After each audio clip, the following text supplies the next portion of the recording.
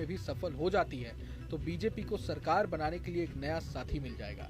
NDA में पहले से चिराग पासवान जैसे मजबूत खिलाड़ी हैं जो दलित वोटों को अपनी ओर आसानी से खींच सकते हैं। ऐसे में बीजेपी को नीतीश के सहारे नहीं रहना पड़ेगा, लेकिन केंद्र में बीजेपी को अपनी सरकार बचाए रखने के लिए उसे नीतीश का साथ हर हाल में चाहिए होगा। इसलिए इन अटकलों में ज्यादा दम नहीं दिखता है। बहरहाल बिहार चुनाव से पहले एक बार फिर नीतीश कुमार किस ओर करवट लेंगे, इस बात की चर्चा तेज हो गई है। बिहार एनडीए में नेतृत्व को लेकर अघोषित युद्ध छिड़ा हुआ है। बीजेपी के नेता लगातार ये बात कहते रहे हैं कि अगला विधानसभा चुनाव नीतीश कुमार के नेतृत्व में ही लड़ा जाएगा। जेडीयू के नेताओं का ऐसा कहना तो स्वाभाविक ही है। जेडीयू के कार्यकारी अध्यक्ष संजय झा ने भी कहा है कि नीतीश के नेतृत्व में ही अगला विधानसभा चुनाव एनडीए लड़ेगा। लेकिन नीतीश कुमार के नेतृत्व को लेकर संशय की स्थिति इसलिए पैदा हुई है क्योंकि गृह मंत्री अमित शाह ने एक टीवी चैनल के कार्यक्रम में कह दिया था कि बिहार का अगला सीएम कौन होगा इस बाबत संसदीय बोर्ड फैसला करेगा।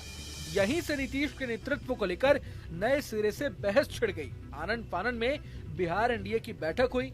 बीजेपी के प्रदेश अध्यक्ष दिलीप जायसवाल ने नीतीश के नेतृत्व में चुनाव लड़ने की बात कबूली। बीजेपी ने हड़बड़ी में बिहार कोर कमेटी की बैठक भी बुला ली। हरियाणा में हो रही कोर कमेटी की बैठक के पहले ही दिन स्पष्ट कर दिया गया कि नीतीश कुमार बिहार में एनडीए का नेतृत्व कल भी कर रहे थे, आज भी कर रहे हैं और कल भी करेंगे। सवाल बार बार नीतीश के नेतृत्व में चुनाव का उठ रहा है, लेकिन कोई ये गारंटी नहीं दे रहा कि नीतीश कुमार अगली बार बीजेपी से कम सीटें जेडीयू को मिलने पर क्या 2020 की तरह सीएम बनेंगे कि नहीं। इसी एक बात में सारा रहस्य छिपा है। अमित शाह ने यह भी कहा है कि महाराष्ट्र में बड़ी पार्टी होने के चलते ही बीजेपी ने सरकार बनाने की दावेदारी की। उनकी इस बात के बाद संदेह की कोई गुंजाइश नहीं बचती कि इस बार बीजेपी 2020 के स्टैंड पर नहीं टिकेगी। दूसरी स्पष्टता ये है कि महाराष्ट्र में भी विधानसभा का चुनाव शिवसेना प्रमुख एकनाथ शिंदे के नेतृत्व में लड़ा गया था। शिवसेना में विभाजन के बाद बीजेपी ने शिंदे की सहायता कर उन्हें सीएम जरूर बनाया था, लेकिन चुनाव के बाद कम सीटें मिलने पर उन्हें मुख्यमंत्री बनाने की गारंटी नहीं दी थी। इसलिए नीतीश कुमार के नेतृत्व में अगर बीजेपी बिहार में विधानसभा चुनाव लड़ने की बात कर रही है तो इसका ये अर्थ नहीं कि 2020 की तरह जेडीयू को कम सीटें मिलने पर भी वो नीतीश को सीएम बनने का मौका देगी ही। ऐसा नहीं है कि नीतीश कुमार महाराष्ट्र के घटनाक्रम से अनजान हैं या फिर वो बीजेपी के इरादे नहीं समझ रहे होंगे। जेडीयू को कभी अकेले बहुमत न मिलने के बावजूद वो करीब 2 दशक से सीएम बने हुए हैं, तो उन्हें हर दांव का पता जरूर है। उन्हें पता है कि कोई कितना भी हाथ पांव मार ले, उनके बिना किसी की सरकार नहीं बनने वाली, और जब ऐसा मौका आएगा तो होगा वही जो नीतीश कुमार चाहेंगे। हाँ, ये भी सही है कि नीतीश जिस किसी के साथ रहे वे उसे समय समय पर झटके देकर काबू में रखने की कला भी जानते हैं। आरजेडी के साथ जब वे सरकार चला रहे थे तो उन पर तेजस्वी यादव के लिए गद्दी खाली करने का दबाव बना। वे इस दबाव को कैसे महसूस कर रहे थे इसका एक उदाहरण काफी है। आरजेडी को पट्टी पढ़ाने के लिए उन्होंने घोषणा कर दी कि अगला चुनाव तेजस्वी के ही नेतृत्व में लड़ा जाएगा। इससे उन्हें कुछ दिन की मोहलत मिल गई। इसी बीच उन्होंने आरजेडी को झटका दिया। बीजेपी एमएलसी संजय मयूख के घर छठ का प्रसाद खाने चले गए। जनसंघ के संस्थापक श्यामा प्रसाद मुखर्जी की जयंती उनकी महागठबंधन सरकार ने मनाई। मोतिहारी में सेंट्रल यूनिवर्सिटी के कार्यक्रम में नरेंद्र मोदी की तारीफ कर दी।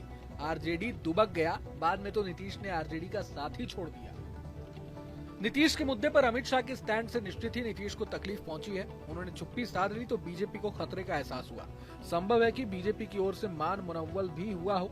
3 दिनों तक खामोश रहने के बाद चौथे दिन नीतीश सार्वजनिक हुए हैं। प्रगति यात्रा पर वे बेतिया पहुंचे हैं। इस बीच बीजेपी की ओर से भी उन्हें मनाने पटाने की पूरी कोशिश हुई है। एक स्वर से नीतीश के नेतृत्व के कबूलनामे बीजेपी नेताओं की ओर से सुनाई देने लगे हैं। इधर नीतीश की चुप्पी और अस्वस्थता को लेकर कई तरह के कयास लगाए जा रहे हैं। कुछ एक्सपर्ट्स तो इसे उनकी पुरानी रणनीति मान रहे हैं, जहां वे अपनी चुप्पी को अपने अगले कदम के संकेत के रूप में इस्तेमाल करते हैं। बिहार की राजनीति में पहले भी देखा गया है कि जब जब नीतीश कुमार खामोश होते हैं कुछ बड़ा बदलाव होता है। लोग मान रहे हैं कि अगर वे एनडीए से अलग होते हैं तो उनका अगला ठिकाना इंडिया गठबंधन ही होगा।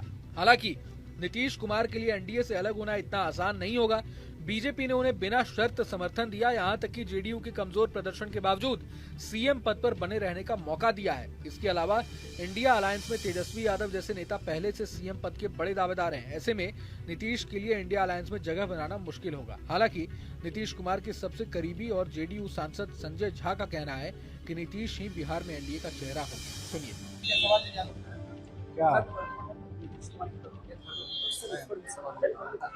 अब स्तरहीन हो गया है। समझ गए? नीतीश कुमार जी जैसे एक्टिव पॉलिटिक्स में आप लोग भी देखते हैं, जितना उनका मूवमेंट रहता है, कभी जा करके कोई मुख्यमंत्री जिला हेडक्वार्टर में कैंप करके यात्रा करते थे क्या?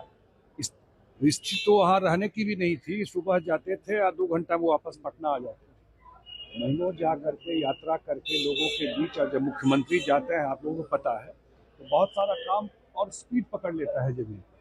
उनकी यात्रा है आगे, और इस तरह का स्तरहीन, और बिहार की जनता निश्चित रूप से इस सब चीज़ों को देखते होगी, और लोगों को भी ठीक नहीं लगता है जब इस तरह की भाषा बोलते हैं। गृह मंत्री ने जिस तरीके से भाषण दिया है सदन में, लगातार सियासत हो रही है, कह रहे हैं कि विपक्ष के लोग इस्तीफा दे देनी चाहिए, माफी मांगनी चाहिए। मैंने कहा ना, कुछ बचा है। हम लोग तो थे सदन में जब बोल रहे थे, वो परत दर परत जो कांग्रेस ने किया बाबा साहब के साथ, वो बता रहे। सुनिए ना उनका पूरा।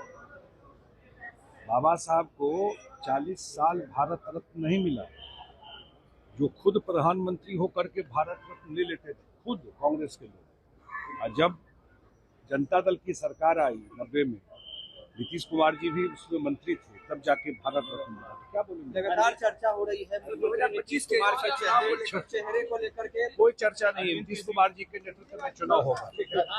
अरविंद केजरीवाल ने लेटर लिखा है मुख्यमंत्री नीतीश कुमार को, मैंने दिया है जवाब।